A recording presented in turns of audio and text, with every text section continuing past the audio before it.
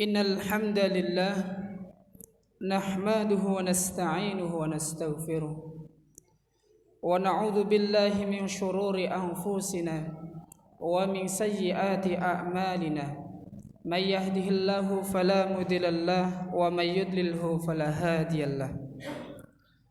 Ashhadu an la ilaha illallah wahdahu la syarikalah wa ashhadu anna Muhammadan abduhu wa rasuluh. Allahumma salli wa sallim wa barik ala alihi wa ashabihi ajmain, amma ba'd. Qala Allah ta'ala fi kitabihil karim, ya ayyuhalladzina amanu taqullaha haqqa tuqatih wa la tamutunna illa wa antum muslimun. Hadirin rahimani rahimakumullah. Pertama, marilah kita senantiasa memanjatkan rasa syukur kita kepada Allah Subhanahu wa ta'ala, yang mana Allah Subhanahu wa ta'ala masih berkenan memberikan kita begitu banyak kenikmatan. Di antaranya nikmat iman, nikmat Islam, nikmat sehat dan nikmat sempat, sehingga kita dapat melangkahkan kaki kita menuju masjidnya Allah Subhanahu wa ta'ala untuk menjalankan sholat Jum'ah secara berjamaah. Mudah-mudahan Allah Subhanahu wa ta'ala menerima sholat Jumat kita pada hari ini. Kemudian salawat dan salam marilah kita berikan kepada manusia terbaik, Nabi kita Nabiullah Muhammad sallallahu alaihi wasallam. Mudah-mudahan kita yang selalu mengaku sebagai umatnya, semoga kelak di yaumil akhir Allah memberikan izin kepada kita semuanya untuk mendapatkan syafaat dari beliau. Hadirin, Ramadan telah berlalu, pergi meninggalkan kita. Semoga amal ibadah yang telah kita kerjakan di bulan Ramadan diterima oleh Allah Subhanahu wa ta'ala, baik itu qiyamul lail, tadarus Al-Quran, sedekah ataupun amal ibadah yang lainnya. Amin ya rabbal alamin. Hadirin rahimani rahimakumullah. Ada sebuah hadis Nabi Muhammad sallallahu alaihi wasallam yang pantas kita renungkan bersama. Hadis tersebut berbunyi, la yudkhila ahadan amaluhul jannah. Seseorang tidak akan masuk ke dalam surganya Allah Subhanahu wa ta'ala karena amalnya. Tentu saja para sahabat spontan bertanya, qalu wala anta ya Rasulullah? Apakah engkau juga tidak akan masuk surga karena amalmu wahai Rasulullah? Beliau menjawab, qala la wala ana illa ayataghammadani Allahu bifadli wa rahmah. Ya, aku pun tidak akan masuk ke dalam surganya Allah Subhanahu wa ta'ala dengan amalku. Hanya saja Allah meliputiku dengan karunia dan rahmatnya. Hadis riwayat Bukhari. Hadirin rahimani rahimakumullah. Dari hadis di atas kita dapat mengambil sebuah pelajaran yang sangat berharga bagi kita semuanya. Yang pertama adalah bagaimana kita melatih diri kita agar dalam mengerjakan setiap amal kebaikan hanya mengorientasikan amal kita untuk meraih karunia dan rahmat Allah Subhanahu wa ta'ala. Karena jika karunia dan rahmat Allah telah kita peroleh, maka surganya pun akan diberikan kepada kita semuanya.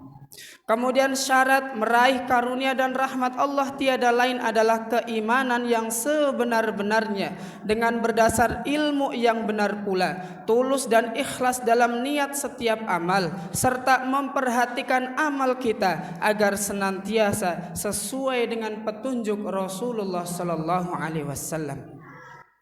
Kemudian selain daripada itu, segala ikhtiar juga wajib ditempuh dengan melakukan ibadah-ibadah utama yang dijanjikan Allah akan diberikan rahmat bagi para pelakunya.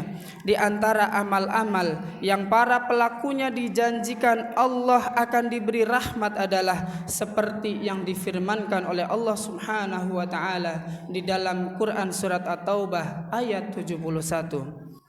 wal mu'minuna wal mu'minatu ba'duhum awliya'u ba'd ya'muruna bil ma'ruf wa yanhauna 'anil munkar wa yuqimunas salata wa yu'tunaz zakata wa yuti'una Allah wa rasulahu ulaika sayarhamahumullah innallaha azizun hakim.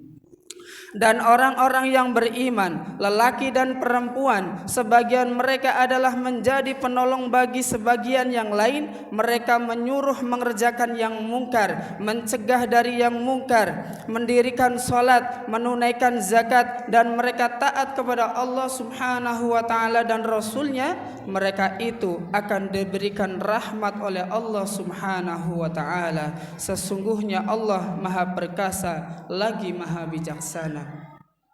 Hadirin rahimani rahimakumullah. Kemudian pelajaran kedua dari hadis Nabi Muhammad sallallahu alaihi wasallam adalah bahwa amal kebaikan seseorang selama hidupnya belum secara otomatis menjadi jaminan ia sebagai penghuni surga. Apa yang disabdakan oleh Nabi Muhammad sallallahu alaihi wasallam bahwa manusia masuk surga karena karunia dan rahmatnya sungguh amat tepat. Karena karunia dan rahmat Allah itu sendiri hanya diraih dengan amal soleh. Tetapi yang perlu diingat, tidak setiap amal soleh mampu meraih dan dari rahmat Allah dan karunia Allah Subhanahu wa ta'ala. Hanya amal soleh yang didasari dengan iman yang benar, tulus ikhlas dalam meniatkannya, serta meneladani Rasulullah Sallallahu Alaihi Wasallam di dalam mengerjakan atau mengamalkannya. Selain daripada itu, amal soleh manusia jika dihitung dengan jumlah balasan pahala, betapapun besarnya jumlah kebaikan yang dikerjakan itu, tidaklah akan pernah mampu membalas dan menebus nikmat Allah yang telah diberikan kepada manusia. Jika untuk membalas dan menebus satu nikmat saja seluruh amal manusia tidak akan pernah mencukupinya, maka bagaimana mungkin amal itu digunakan untuk menebus surganya Allah Subhanahu wa ta'ala yang akan kekal abadi. Semua itu hanya mungkin terjadi karena karunia dan rahmat dari Allah Subhanahu wa ta'ala. Hadirin rahimani wa rahimakumullah. Kemudian pelajaran yang ketiga dari hadis Nabi Muhammad sallallahu alaihi wasallam adalah jangan pernah ujub dengan ibadah yang telah kita kerjakan.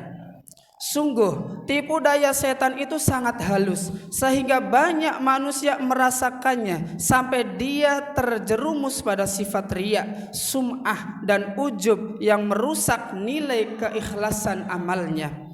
Ada kalanya ketika kita telah menunaikan banyak amal kebaikan berupa salat, tahajud di malam hari, berpuasa di siangnya, banyak bertilawah dan menghafal Al-Quran dan hadis, senantiasa hadir di majelis-majelis ilmu, menjaga salat sunnah rawatib, dan senantiasa berjamaah di masjid. Tapi tanpa sadar kita merasakan kebanggaan dalam diri kita. Kita merasa telah menjadi orang yang bertakwa kepada Allah Subhanahu wa ta'ala, merasa bahwa diri kitalah yang paling soleh di muka bumi ini ataupun setidaknya di kampung kita.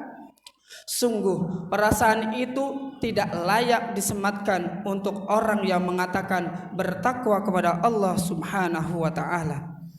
Jikalau kita merasakan yang demikian itu, maka justru yang terjadi adalah sebaliknya. Karena Allah Subhanahu wa ta'ala pernah berfirman, afa aminu makrallah fala ya'manu makrallah illal qaumul khasirun. Maka apakah mereka merasa aman dari azab Allah Subhanahu wa ta'ala? Tiada yang merasa aman dari azab Allah Subhanahu wa ta'ala kecuali orang-orang yang merugi. Kemudian di dalam ayat Al-Quran Allah Subhanahu wa ta'ala juga berfirman, Qul hal nunabbi'ukum bil akhsarina a'mala alladzina dhalla sa'yuhum fil hayatid dunya wa hum yahsabuna annahum yuhsinuna sun'a. Katakanlah, apakah akan kami beritahukan kepadamu tentang orang-orang yang paling merugi perbuatannya, yaitu orang-orang yang telah sia-sia perbuatannya dalam kehidupan kehidupan di dunia ini, sedangkan mereka menyangka bahwa mereka berbuat sebaik-baiknya. Quran surat Al-Kahfi ayat 103 sampai 104. Semoga kita semuanya termasuk manusia yang akan diberikan karunia dan rahmat dari Allah Subhanahu wa taala sehingga kita dapat masuk ke dalam surganya Allah Subhanahu wa taala bersama dengan keluarganya kita semuanya. Barakallahu li wa lakum fil Qur'anil azim wa nafa'ani wa iyyakum bima fihi minal ayati wa dzikril hakim wa qur rabbighfir warham wa anta khairur rahimin.